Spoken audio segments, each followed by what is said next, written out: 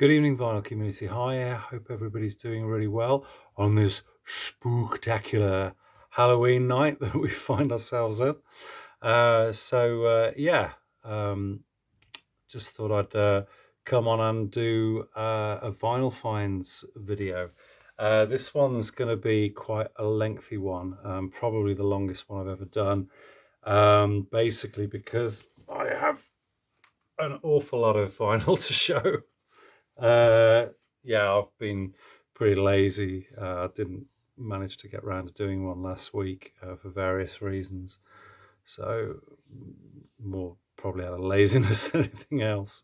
But I did want to listen to some of them, so I could talk a little bit about them. As I say, I've kind of accumulated so many that I probably won't be talking about any of these for too long. Otherwise, this video really will go on far too long, and my memory on my phone will probably expire. So, here we go anyway. So anyway, guys, I hope you're doing really well. This could well be, for me anyway, last Final Finds video for some time. Could well be for other people in the UK as well, because as some of you may be aware, we're going into with this tiered system. Quite a lot of areas in the UK now are going into the tier 3, which is the highest status of restrictions. So it will mean that we'll be going down into a lockdown situation probably from the middle of next week. So as I don't really buy anything online, it could be a while before I show any new vinyl finds again. So I'll probably have to try and become quite creative. So we'll see how we go anyway. So so without further ado, let's get into this. Okay, this is kind of split into two piles, or two parts, I should say. The first part is just a few records that I picked up. I was actually off work last week for the first few days. Had a few days off, so I did go to a record shop in Solihull, where I'm living now with my mum, and it's a record. It's a shop called. Let me get this right. It's Manor House Records. That's the flyer. Okay.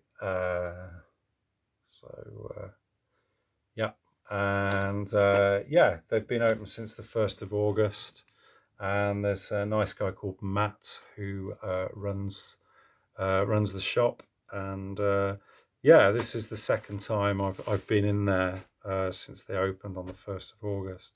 So I don't get to go in there very often, but when I do, I usually pick up a few bits and pieces. So here we go. Anyway, so I'll get into these. So okay, so the first one is he actually has quite a good selection of soul music and soul records. I had a good flick through those, and this is one that I was actually recommended to get from somebody on YouTube after I showed the album that came before this. This is the Temptations, and this is Masterpiece. Excuse me. So this is their 1973 record, studio album that came out after All Directions, which was the album that I picked up prior to this, which is excellent. Obviously has Papa Was a Rolling Stone on. And somebody in the comments said, that's a great album, but you need to pick up Masterpiece because it is a masterpiece. Okay, so obviously I hadn't heard it. Obviously I'm very familiar with the sort of 60s Temptations, but their 70s albums less so. And All Directions was fantastic. I played this, and it is very, very good. So yeah, particularly the 13.5 minute title track, just wonderfully produced by Norman Whitfield. Fantastic, yeah, and the vocals and harmonies, and lots of string, one of those wonderful string arrangements that you get on these soul albums from the early 70s. Just fantastic production. And yeah, and there was an interesting hype sticker here that says, visit Motown, your chance to win a holiday for two in Los Angeles. Details available in this shop. I'll clearly missed the boat on that one, haven't I? So, yeah. So yeah, that was a nice find. Okay. The other thing I was looking for was Headley, another fat man playing records, into records. He mentioned in one of his videos that I should listen to a bit of the Nitty Gritty Dirt Band, because I have very little country music in my collection. It's an area of music that I'm kind of not very unfamiliar with, and have very little. And he said, he mentioned the Nitty Gritty Dirt Band. So I asked Matt if he had any, and he said, yes, I do actually. And he pulled this out. Okay, and this is their 1972 album, All the Good Times. Okay, so this is on United Artists. And it's got a lovely textured kind of sleeve, that kind of leatherette kind of finish, which is really nice. And yeah, so I've given this a go, and it's not bad. It's all right. Yeah, some nice kind of banjo guitar, and yeah, it's all right. I've only listened to it once so far, so it hasn't really kind of got under my skin yet. But yeah, what I heard, I quite enjoyed. So happy to pick that one up. That's Nitty Gritty Dirt Band and All the Good Times, as recommended by Headley. So yeah, glad to get that one. Okay, going through his rock section, I was delighted to find this one. This is somebody whose songs I've appreciated for a long time, but never found any of his studio albums. This is Tim Hardin's first album, Tim Hardin 1. And this is a mono copy. I would imagine this is if not a first pressing, an early pressing. There's a bit of water damage on the back here, but it's the kind of those original flip back covers on Verve Records, in really nice condition.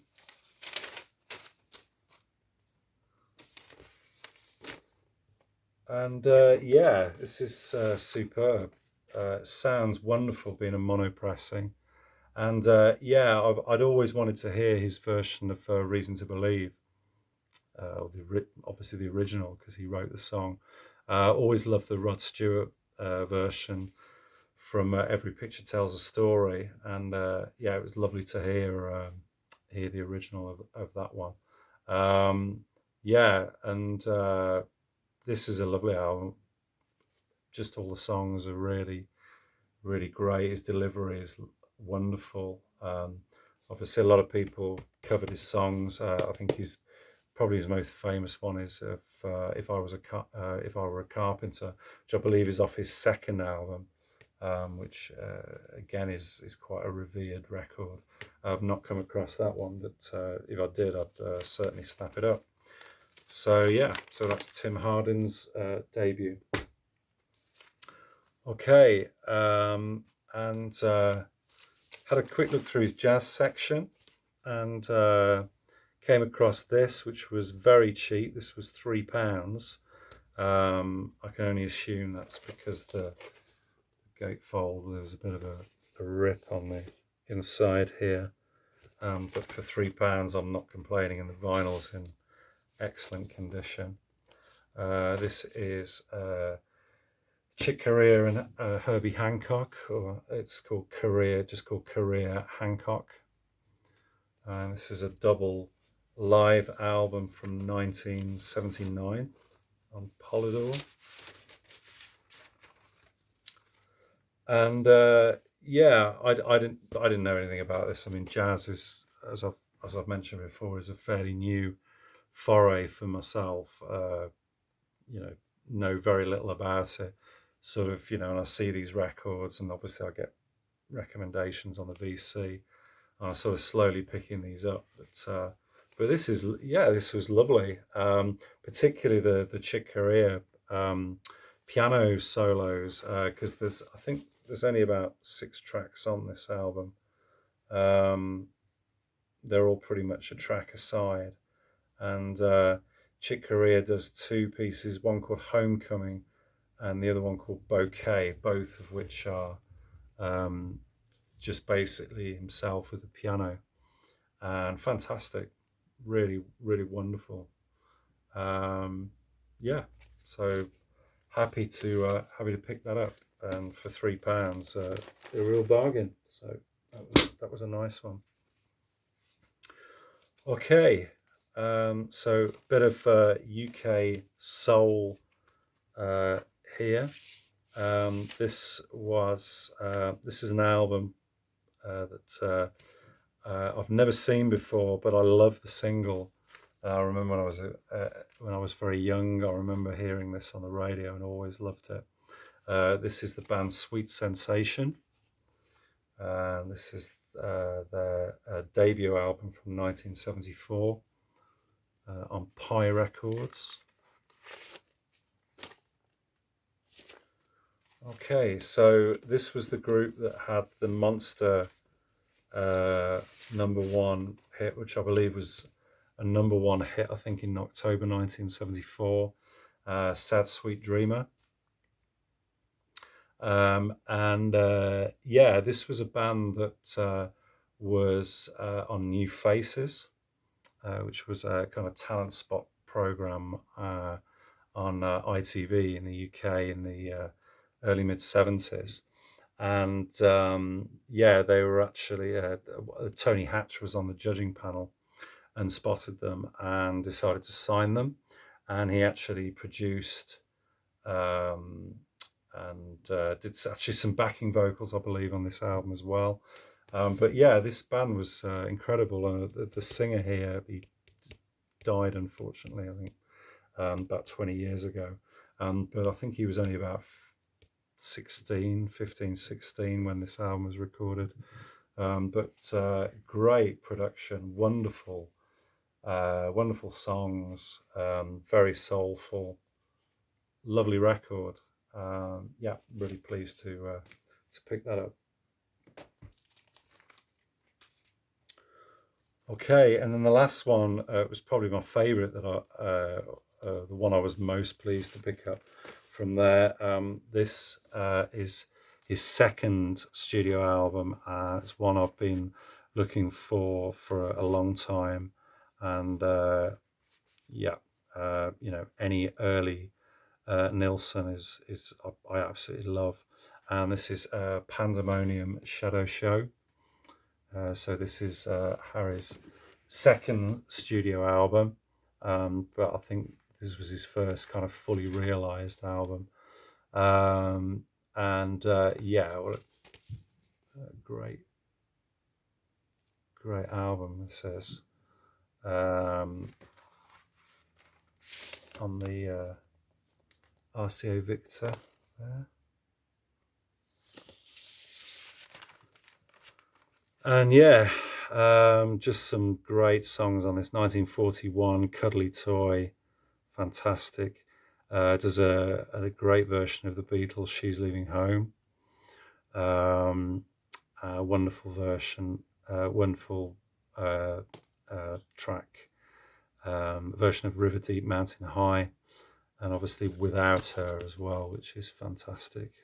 Some lovely orchestrations and arrangements on this record. Yeah, it's no wonder John Lennon thought Harry Nilsson was, one of the greatest artists of the kind of late '60s period, and wanted to, work with him and hang out with him as he did. Yeah, fantastic stuff. So yeah, that's Nilsson and Pandemonium Shadow Show. Delighted to get that one. Okay, so this is this stack here. This is all stuff that I've picked up from Ben's from the last couple of weeks or so, and I'm going to breeze fairly quickly through these because we're up to 15 minutes already. Okay, so this is T-Rex, or Tyrannosaurus Rex, as Mark Bolan insisted they were called in the early days. This is their debut album. My people were fair and had sky in their hair, but now they're content to wear stars on their brows. Try saying that after a few beers. So yeah, this this is wonderful. This has the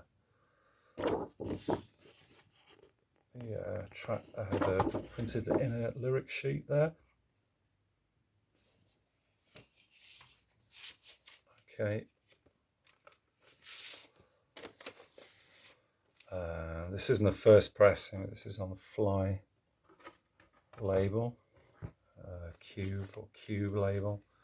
It's a little bit later than the original, which was EMI Regal Zonophone. And wonderful kind of hippie era T-Rex, with that kind of sort of fairy tale cover. Love that. And particularly the dedication on the back as well, dedicated to Aslan and the Old Narnians. So a little bit of a C.S. Lewis reference there. But yeah, I mean, some lovely songs on this. Child Star, Strange Orchestras, I love. Mustang Ford, Hot Rod Mama. Yeah, wonderful, kind of very kind of innocent, sort of hippie noodlings and folky stuff that he was doing at this time. It's wonderful. Really good. So yeah, very pleased to pick that one up. Okay, and then moving into a bit of jazz, as I'm starting to delve a little bit deeper into that. This is the Jackie McLean Quintet. So this is, I think this is recorded in 1959, I think. I don't know. Hopefully the jazz aficionados on the VC will be able to put me right on that one if I'm wrong. But this is a nice album. Got Donald Byrd as well on trumpet, and just very melodic, lovely pieces. Really relaxing. Really enjoyed this. I'm not going to go into any great detail about this because I really don't know enough about jazz to talk about it in any length. But what I'm hearing, I'm really enjoying, and as I say, as I watch you guys on the VC, and I sort of pick up bits and pieces here and there, and it's great to explore these artists. So yeah. Okay, this one I really enjoyed. This is a reissue from I believe they're an English jazz band. This was originally recorded in 1966, and this is a reissue from a few years ago. This is Dusk Fire by the Don Randall Ian Carr Quintet. This was superb. This is kind of quite dense. This is a little bit kind of um, more key changes and so on, I guess, going on here. So a little bit more left field for some of the other jazz that I'd kind of picked up before this. But yeah, I'm really enjoying it. And apparently the originals of this are very rare. But yeah, delighted to pick up a reissue, and this has actually been reproduced in mono as well, so it sounds fantastic. Yeah, so delighted to get that.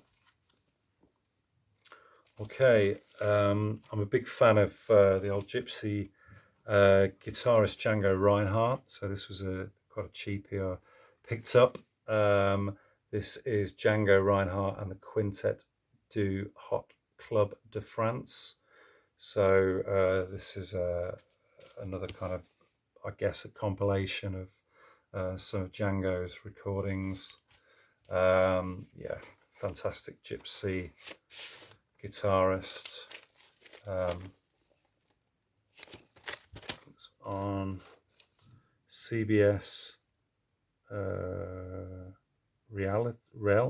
Realm Jazz. There you go. Lovely, yeah, lovely pickup, and I just love his style, and it's just a joy to listen to in the recordings, and you've got the kind of crackling in the background. Some of these recordings are really old, back in the sort of 30s and 40s. So yeah, but wonderful stuff. Okay, sticking with the jazz. This is a sequel to Gets Gilberto, which I really enjoyed. This is Gets Gilberto II. So it's Stan Getz and Jow. Is it Jow or Yao?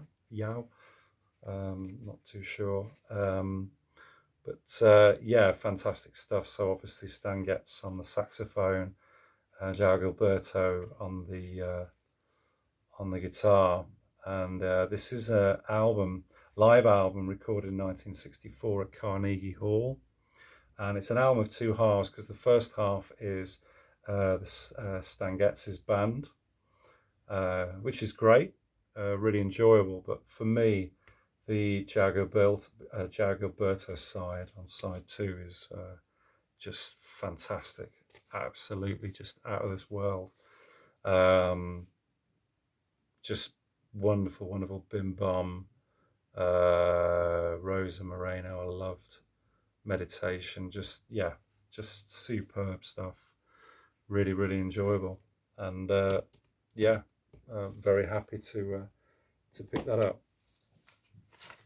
Okay, next one is a lady who's a Birmingham folk artist, and she was actually in a psych prog band called The Ghost. Released a very rare album in 1970, which I did stream, and is fantastic, but I don't believe it's been reissued. But this is her 1975 album that was reissued in 1987, and it was originally called Fresh Out, and she went under the name of Virginia Tree.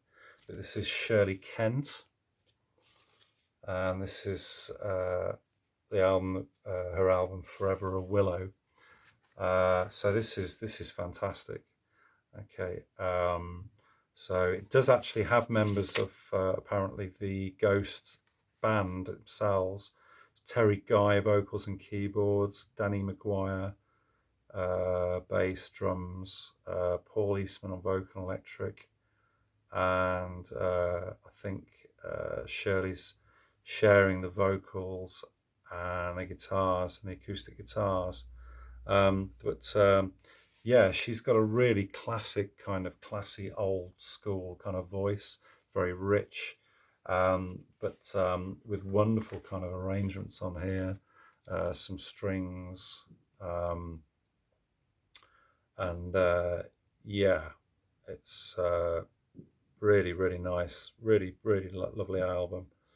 I believe she had some issues with getting these albums pressed. I think she trusted a couple of companies to handle that for her, and it didn't quite work out. But yeah, so but I think she's still she actually paints as well, and yeah, she's a photographer. So, and this is actually signed by her as well. There's a signature there. This is on Magic Spell Records. So yeah, just lovely to discover another new artist, somebody I've never heard before, and it's lovely. And yeah, so that's Shirley Kent, Forever a Willow, or you may also see it on YouTube as Fresh Out by Virginia Tree. That's her also known as. So there we go. This is an artist I'd heard songs by, and also I know she's done a lot of covers and a lot of written a lot of songs for other artists. This is a fantastic album. This is Laura Nairo, and this is Eli and the 13th Confession. This is her album from 1968. This is on CBS.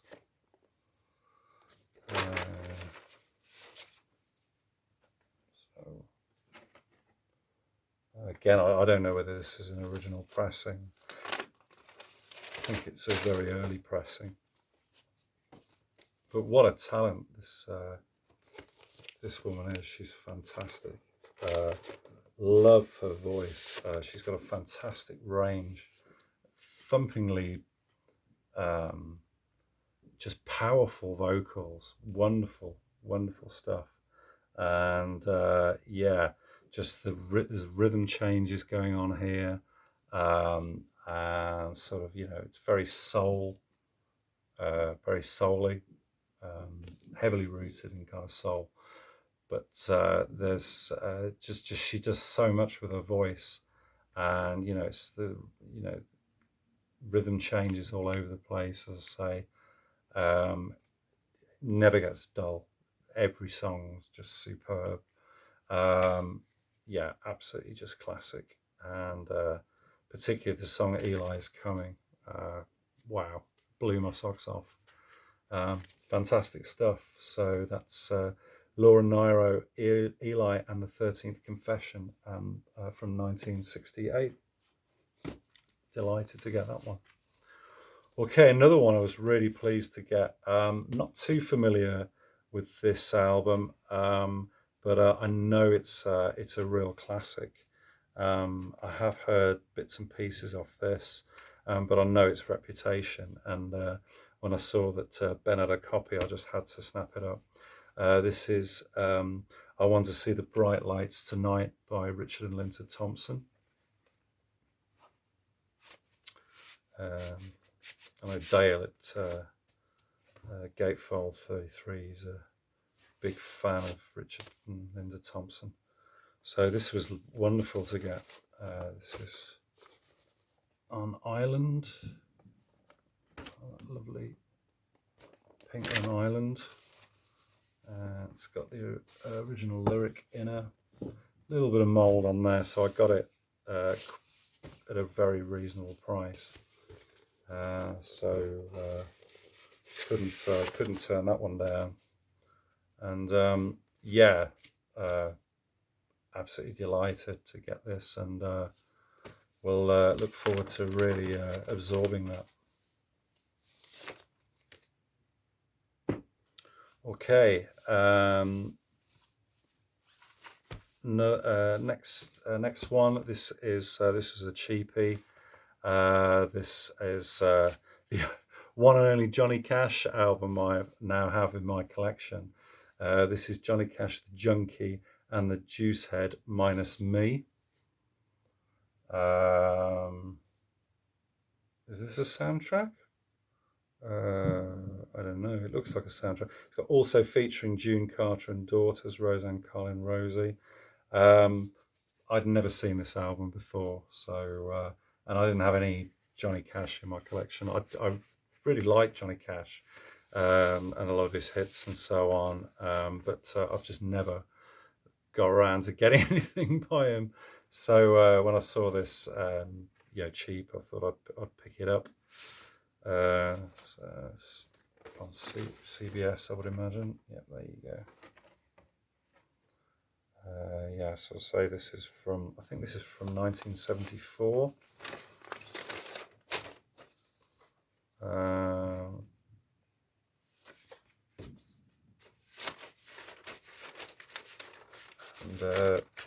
Yeah, don't really know anything about this at all. So if anybody does, please comment down below. I'd be interested to know. Yeah, looking forward to giving that a spin and delving into that.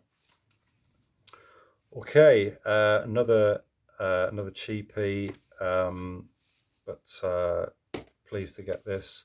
This is Royce II in full bloom. So I guess that's this is Royce's second album. That's the gatefold. And I picked this up mainly because this has just the fantastic Wishing on a Star on, which I absolutely adore. I don't know this album, so be looking forward to giving that a listen. That will be new on me. I do have a greatest hits of Royce, but nice to get a studio album and delve in a bit deeper. I'm just going to take a drink here, guys, because I'm very dry. Cheers, anyway.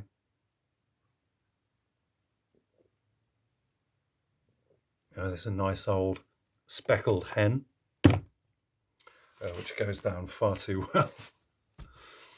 I have to show that a bit of respect. Okay, so carrying on with the cheapies. This is a later album by John Martin. This is, but obviously anytime I see John Martin albums in a while, I have to pick them up. This is Sapphire. I'm not sure whether James Griffith or somebody showed this a while back. It seemed familiar. This is an album I'm not familiar with by John. I do have a few of his earlier albums, but not this one. So this came out in, when was this? 1980. 1984, I think, if my eyes are working properly. So yeah, but yeah, I don't know anything about it, but it was very, very cheap, so